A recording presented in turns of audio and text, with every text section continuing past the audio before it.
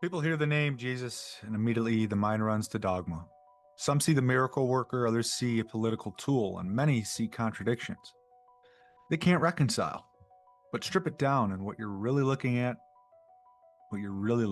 is an archetype. The universal story of the soul dying to the lower nature and rising again into something higher.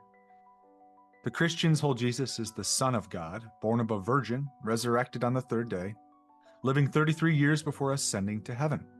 They believe it literally, but what's rarely acknowledged is how the same pattern exists in countless older myths. Horus, Mithras, Dionysus. Sun gods who lived, died, and rose again. The age-old story of the sun itself, setting into darkness and rising with new light. That doesn't cheapen Jesus, it actually shows you the opposite. That he's the culmination of an eternal archetype, the embodiment of what it means to be human, striving for divinity.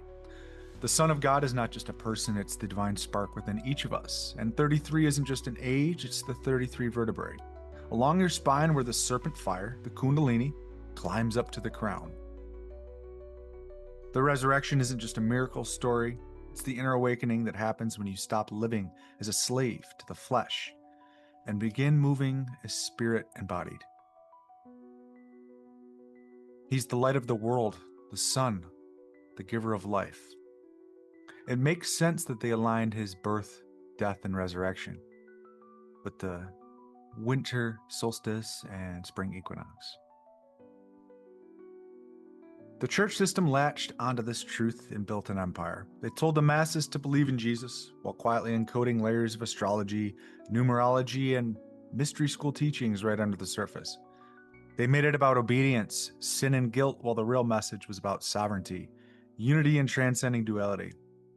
The Son of God isn't about liberal or conservative, left or right, or any earthly category. It's the eternal human mission to remember what we are. That's the truth buried under the doctrine, the archetype of death and rebirth, the eternal cycle of light through darkness, the awakening of Christ consciousness inside the individual. And surrendering to Jesus, whether you believe in him literally or see him symbolically, means surrendering to that higher pattern, letting the ego die, letting the false self collapse, and rising as something whole. It's the only way life begins to feel like life. The truth is, the archetype lives whether you believe it or not. You can call it Jesus, or the sun, or the higher self. You can study ancient myths or meditate on the cross. The names change, the symbols shift, but the story is the same.